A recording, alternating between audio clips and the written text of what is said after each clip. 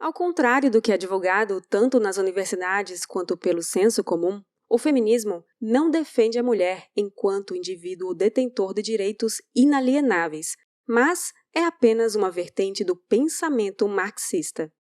Este é a Visão Libertária, sua fonte de informações descentralizadas e distribuídas. As feministas sempre usam de alguns jargões bonitos como lugar de mulher é onde ela quiser, lute como uma garota, ou então de narrativas que a mulher não é tratada igualmente como os homens no mercado de trabalho, e ainda que a mulher é o principal grupo a sofrer violência física e chantagem emocional. Elas sempre buscam atrair os jovens inocentes que têm de fato boas intenções e querem uma maior participação da mulher em certos setores como a política ou esporte, mas raramente revelam sua face oculta e seus objetivos obscuros. Contudo, é preciso sair do senso comum e ler alguns textos de autoras feministas, para perceber que o feminismo é uma extensão do pensamento marxista adaptado às pautas femininas e objetivando a destruição de uma das bases da civilização ocidental e da sociedade capitalista, a família patriarcal. Os direitos civis que as mulheres têm hoje em dia foram defendidos não pelos marxistas e pelas feministas, mas pelos filósofos liberais, como John Stuart Mill e Ludwig von Mises. Eles sim defendiam que a mulher deveria ter direito à herança, ao trabalho, à propriedade e à participação política. A verdadeira marca do feminismo e sua principal bandeira é a revolução sexual. Essa revolução sexual é uma forma de usar das questões sexuais como instrumento político, ou seja, a manipulação dos desejos, vontades, fraquezas sexuais visando objetivos políticos. E isso foi fruto da união entre o marxismo e o feminismo. Engels, um seguidor e amigo de Marx, defendia que as sociedades patriarcais são opressoras em sua própria natureza. A verdade é que após Engels perceber a ligação do modelo da família monogâmica e patriarcal com a propriedade privada e a questão da herança, ele vê esse modelo como inimigo do comunismo que tanto deseja. Afinal, à medida que as pessoas constroem família, o pensamento sobre a propriedade, a herança, as economias e aumento do patrimônio começam a ser o objetivo principal de discussão entre o marido e a esposa. E é por isso que Engels vê essa ligação da família tradicional monogâmica e patriarcal com o capitalismo e a propriedade privada. Consequentemente, toda a opressão que existe na civilização, na visão de Engels, tem raiz nessa opressão primária, que é o que ele reconhece como opressão do homem sobre a mulher.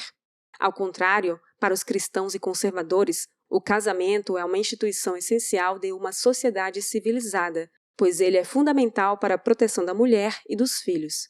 O casamento, então, passa a ser um importante vínculo do homem com a mulher, que permite à mulher se tornar dona exclusiva da força de trabalho do seu marido. O marido precisa trabalhar para sustentar sua família, e a riqueza que ele traz para casa é colocada para o suprimento de sua esposa e filhos. O homem sempre almeja dar estabilidade e segurança para que sua mulher possa criar seus filhos em paz e sem carências, pois é assim que uma família saudável e estruturada é formada. Algo que os marxistas não quiseram compreender e ainda negam até hoje. Portanto, é uma grande falácia que o casamento e a família patriarcal oprimem a mulher. A família precisa ser pulverizada para que ocorra a revolução na visão de Marx e Engels, pois é uma instituição perversa, já que eles perceberam que em uma família patriarcal, os pais almejam enriquecer e acumular bens para deixar para seus filhos, e isso faz parte da base de uma sociedade capitalista. A família, na verdade, é um dos obstáculos para o comunismo. Por isso, os progressistas modernos almejam o tempo todo a sua dissolução através da desconstrução da família patriarcal e monogâmica.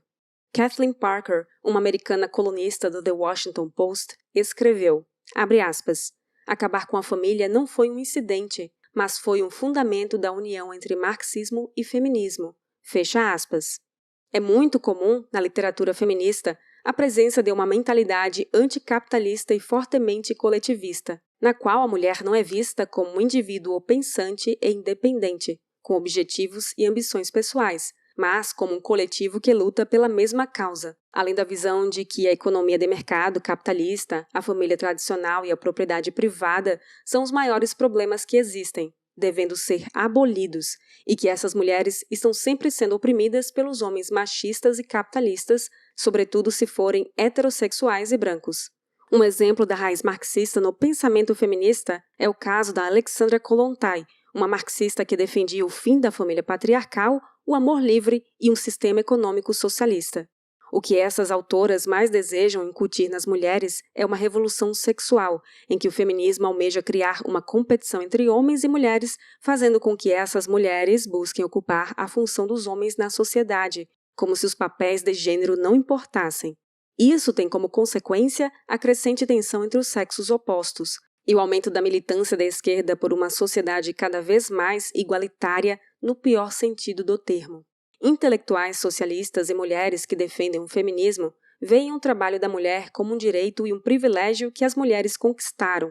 Eles dizem: hoje as mulheres trabalham e têm seu espaço no mercado graças às feministas que conquistaram esse direito essencial através de muita luta popular. No entanto, uma boa parte das mulheres foram compelidas a trabalhar por necessidades econômicas ao longo da história, e sempre trabalharam como nos casos das famílias pobres, encarando o trabalho como um fardo. E no caso das mulheres que trabalham, mesmo sem ter necessidade de fazê-lo, são as privilegiadas de famílias mais abastadas. Ou seja, mulheres de alto padrão financeiro que executam tarefas relativamente leves e em menor intensidade, que exigem mais do intelecto e não da força física. Essas mulheres atuam em empregos que podem abandoná-los, caso queiram, e podem escolher se aposentar mais cedo. Exemplos são as políticas, funcionárias públicas de alto escalão e herdeiras de empresas. Tanto é que as feministas nunca exigem que as mulheres devem ocupar espaços em profissões como pedreiro, no setor metalúrgico, no garimpo ou como lixeiro. Apenas devem ser representadas em posições de poder, prestígio e influência, porque aí sim ficarão iguaizinhas a uma minoria de homens. A verdade é que as diferenças entre os corpos e toda a biologia dos homens e mulheres são reais e inegáveis. Homens são mais eficientes como pedreiros e ferreiros e em outros trabalhos pesados e braçais do que mulheres. Já as mulheres têm predileções em áreas como pedagogia, trabalhar cuidando de bebês em creches e como secretárias, ou áreas da saúde como enfermeiras e médicas de modo geral. São diferenças da natureza dos sexos, e isso é uma realidade que se deve reconhecer e aceitar. Não há nada de errado com isso. E por que seria o homem tão privilegiado na visão da esquerda política, sendo ele o grupo de indivíduos que mais trabalham, que devem sustentar seus familiares, que arcam com despesas de casamento, de divórcio, em alguns casos, e que mais morrem por violência, seja em guerras ou não, ou suicídio? O homem trabalha mais, em geral, ganha mais dinheiro, e a mulher tem o privilégio de gastar mais dessa riqueza. Elas também recebem mais assistência social e ajuda financeira, seja do governo ou de instituições de caridade. As mulheres são vistas como pessoas a serem protegidas e cuidadas, e não como seres descartáveis e sem direitos. Aliás, a verdade é que as sociedades que mais colocam restrições às mulheres são as culturas mais defendidas pela esquerda progressista e marxista, como nas sociedades que seguem a fé islâmica. E é aí que fica fácil de perceber que existe algo de estranho e incongruente na narrativa da esquerda feminista. Aqui no Visão Libertária, temos um vídeo que aborda a real face misândrica e autoritária da esquerda política e ideológica. O vídeo é A Nova Esquerda é Misândrica. Se quiser entender mais sobre a farsa do discurso feminista da esquerda, fica a recomendação. A primeira onda do movimento feminista ocorreu no ano de 1848. Elas defendiam o sufrágio universal e o direito ao trabalho à mulher. Os Estados Unidos foi o palco do movimento sufragista, e isso se deu na época em que as mulheres lutavam contra a escravidão dos negros, juntamente com os movimentos abolicionistas. As mulheres estavam engajadas nos movimentos abolicionistas no século XIX, e foi assim que inicialmente foram se inserindo em causas políticas. Foram os religiosos os que mais apoiaram as feministas no começo do movimento, ainda no século XIX, por incrível que pareça. Hoje, as feministas modernas enxergam o cristianismo e a tradição religiosa como arcaicos e inimigos, e só pensam em quebrar padrões e destruir as principais instituições consagradas da civilização ocidental. Mas é notório saber que o movimento feminista, desde seu início, sempre foi anti-família, anti-matrimônio e anti-igreja. sendo uma marca desse movimento a revolta contra o cristianismo e o casamento.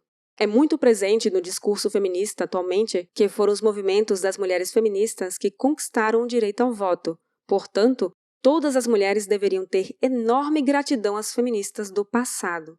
No entanto, o que elas omitem é que houve grandes movimentos de mulheres contra o voto, algo que não se vê a esquerda militante sequer mencionando.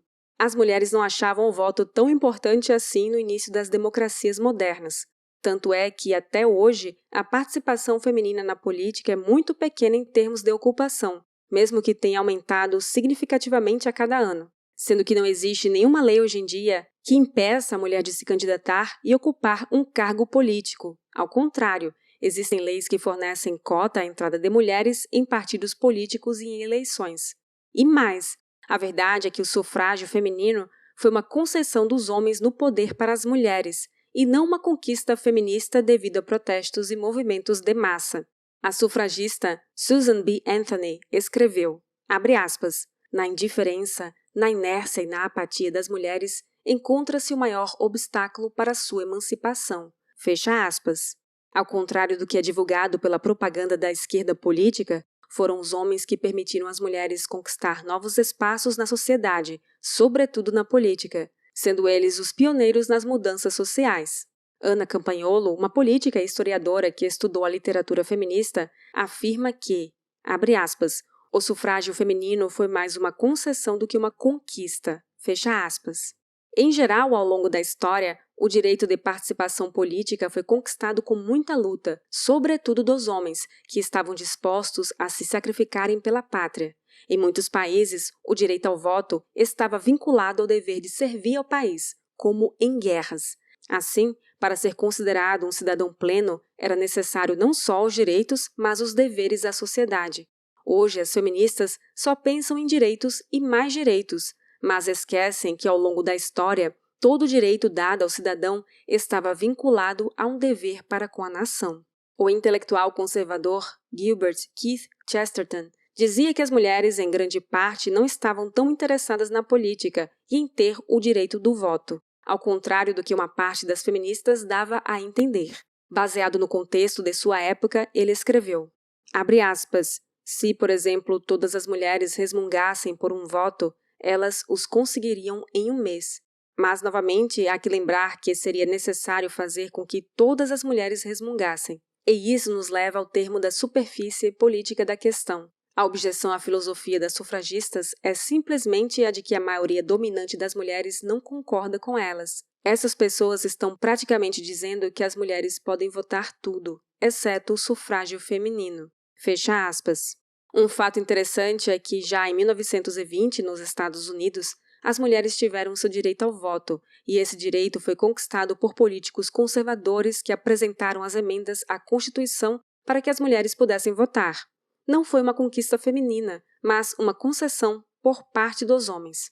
E foi no livro O Segundo Sexo, de Simone de Beauvoir, uma feminista francesa, que a autora revela, abre aspas, a ação das mulheres nunca passou de uma agitação simbólica, só ganharam o que os homens concordaram em lhes conceder. Elas nada tomaram, elas receberam. Fecha aspas.